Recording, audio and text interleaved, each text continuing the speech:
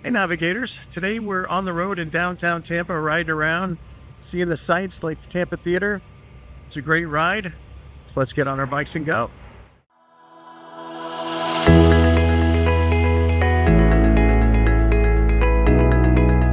Today we're in Hillsborough County, riding through the vibrant and growing city of Tampa that started out as a small fishing village and has become one of the hottest locations in the country.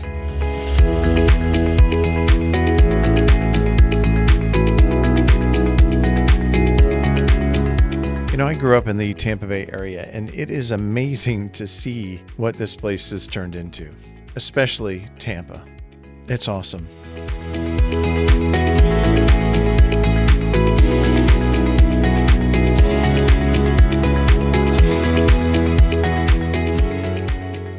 The shores of Tampa Bay have been inhabited for like thousands of years by the Indians we've mentioned in other videos, the Tocobaga, the Calusa, and I'm not sure how to pronounce this, the Pohoy, maybe? The Pohoy Indians?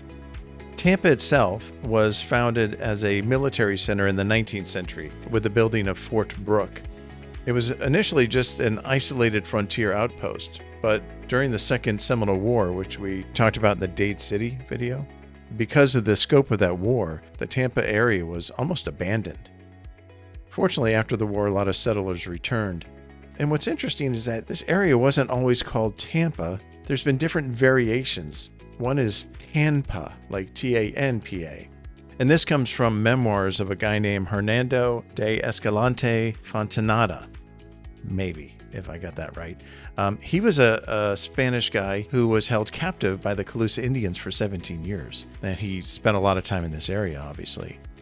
But its foundation and growth really started to come into play around 1849, when the community living near Fort Brooke was incorporated, and they named themselves Tampa Town. 6 years later, they shortened it to Tampa. So that's how we got there.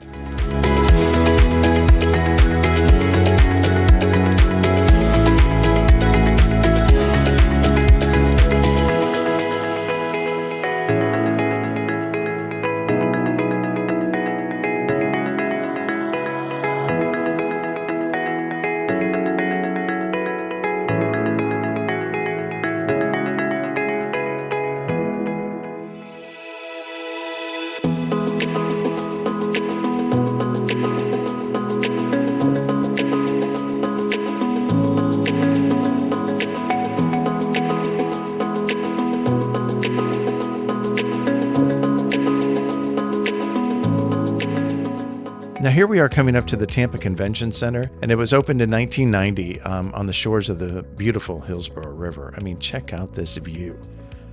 The Convention Center is 600,000 square feet, and like I said, what a view from the steps of this place. The Hillsborough River flows almost 59 miles.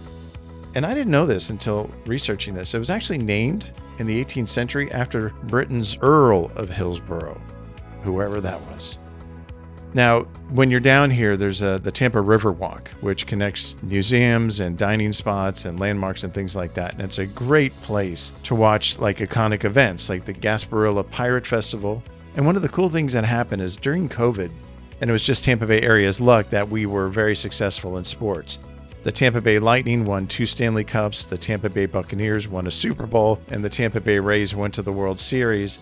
And we could barely enjoy it because we couldn't even go to the games. But to celebrate, because of the restrictions of distance and everything, what would normally be a parade down the road, they actually put it out into the Hillsborough River, which has now become the standard. Now all major celebrations become boat parades down the Hillsborough River.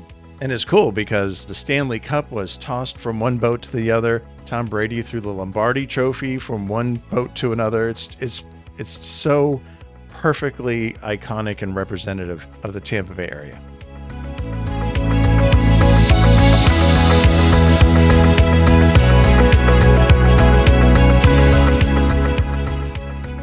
Now this is Amalie Arena, home of the 3-time Stanley Cup winner Tampa Bay Lightning.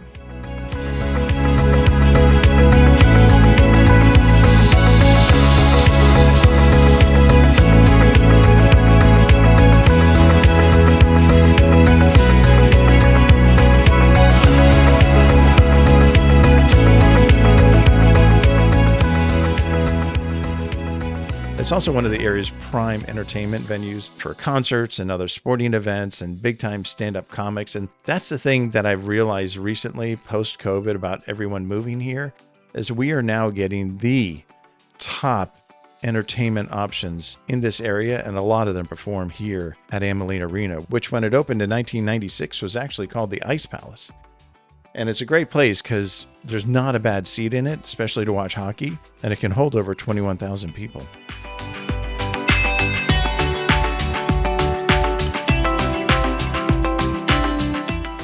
All right, it's time to feed Algo the alligator. As you know, there's no Google employee watching these YouTube videos and saying, hey, that's cool. I think I'll make sure people see more of this. Nope.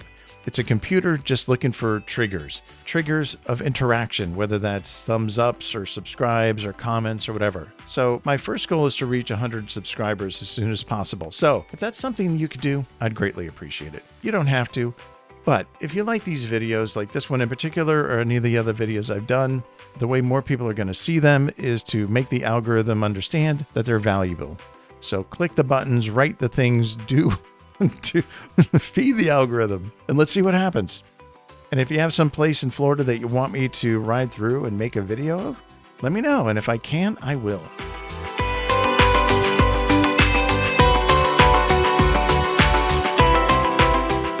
All right, now we're driving down to Channelside, and this used to be an industrial area.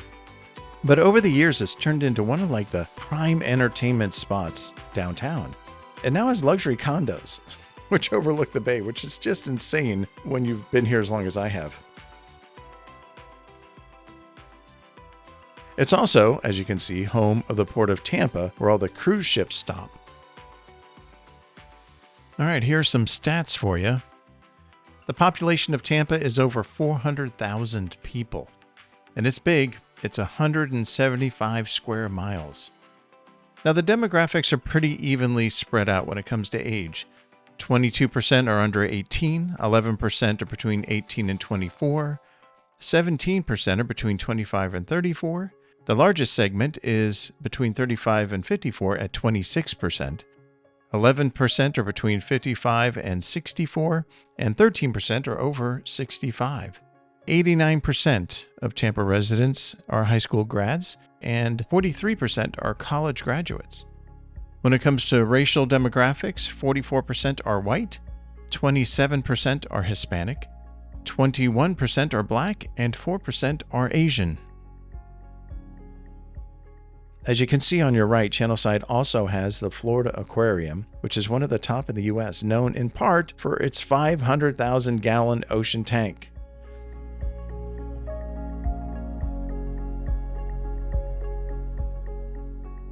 Okay, let's finish up the Tampa history real quick.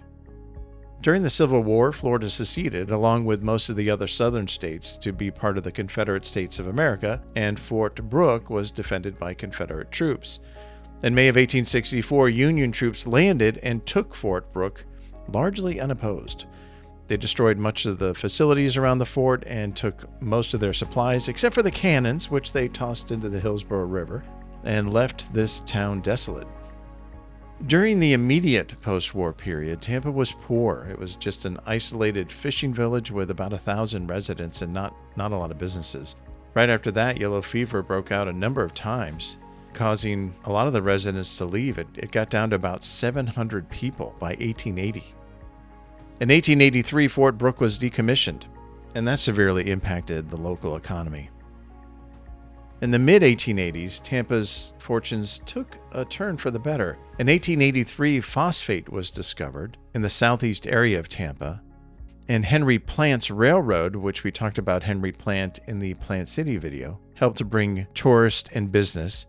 And there was also the founding of Ybor City, which we're going to have in a future video, that really brought a lot of people and a lot of business to the area, and it was crucial to Tampa's development.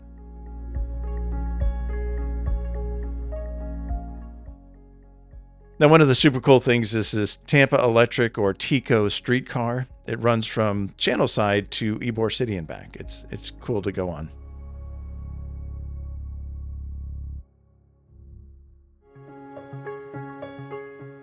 All right, when I was riding downtown, I stumbled across this really unique building in pretty bad shape. And unfortunately, the Insta360 camera stopped working during this time. So I only have the footage from my GoPro on my handlebar. So I'll try to slow it down so you can see it more. But this is the Jackson House. It's also known as the Jackson Rooming House, and it was built in 1901 as a boarding house for black travelers during segregation. It originally started as a 6-room house built by Moses and Sarah Jackson back in 1901, but after they added bedrooms and a second story so they could be a rooming house, and it had a total of 24 rooms, and it remained in business until 1989. Now, during its time, it played host to several prominent entertainers like Count Basie, Cab Calloway, James Brown, Ella Fitzgerald, and Ray Charles. Are you kidding me? They came to play in the nightclubs in Tampa's Black Business District, which thrived nearby along Central Avenue until the 1960s. In the 70s, most of the buildings around it were razed, and since then there have been numerous attempts to restore the Jackson House to its original glory. And over the years, money has been raised, plans defined, but there's just always been one delay after another, including now. And what's really sad is as I rode by it today, it looks like the last 2 hurricanes have really damaged it, maybe beyond repair, I don't know. And that would be really unfortunate for such an important historic building. I hope it works out somehow, but only time will tell.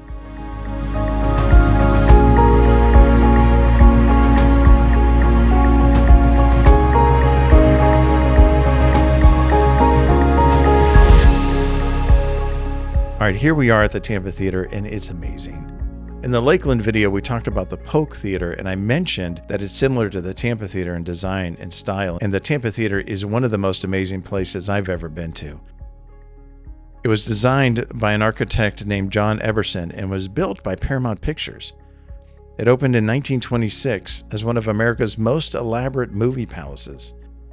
It has a Mediterranean revival style with Spanish Baroque influences that has intricate tile work, chandeliers, has this awesome grand balcony, and its stunning interior is one of the best preserved examples of the golden age of movie palaces. The Tampa Theater's ceiling, and I mentioned this because it's similar to the Polk Theater, its ceiling is designed to resemble a night sky, complete with twinkling stars and clouds that slowly drift by, creating a magical atmosphere. And this has been there forever. Like that was its original design. When you're sitting in there, it's like you're at an outdoor Spanish town watching a movie outdoors. It's just really cool. The theater opened with a lavish celebration featuring the screening of The American Venus, starring Alice Joyce. I've never seen that, but now maybe I should. One of the really neat things that's in the theater, which has been there since the beginning, is this amazing Wurlitzer organ. It was originally used for silent films, and this dude would play to add music to silent movies, and they still play it today. It's so neat. In the 1940s, it became part of the National Register of Historic Places. In the 1970s, when the economy was down and a lot of people stopped going to the movies because of TV, the Tampa Theater was almost demolished. Fortunately, it was bought by the city and restored. Now, some of the famous visitors to the Tampa Theater include Charlie Chaplin, Buster Keaton, Cecil B. DeMille, the Three Stooges. Man, I would have loved to have seen them. I mean, I wasn't born yet, but that would have been cool. Liberace, John Philip Sousa, and the Glenn Miller Orchestra.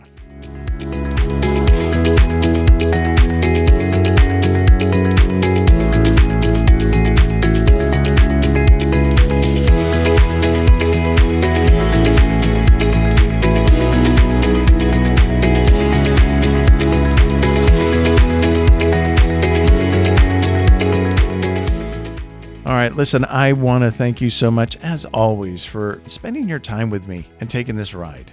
I can't tell you how important that is to me. Time is the most valuable asset we have, and the fact that you spent any of that with me means the world to me. So remember, when you're on the road, be safe, be kind, and be generous. And as always, I'll see you guys next time.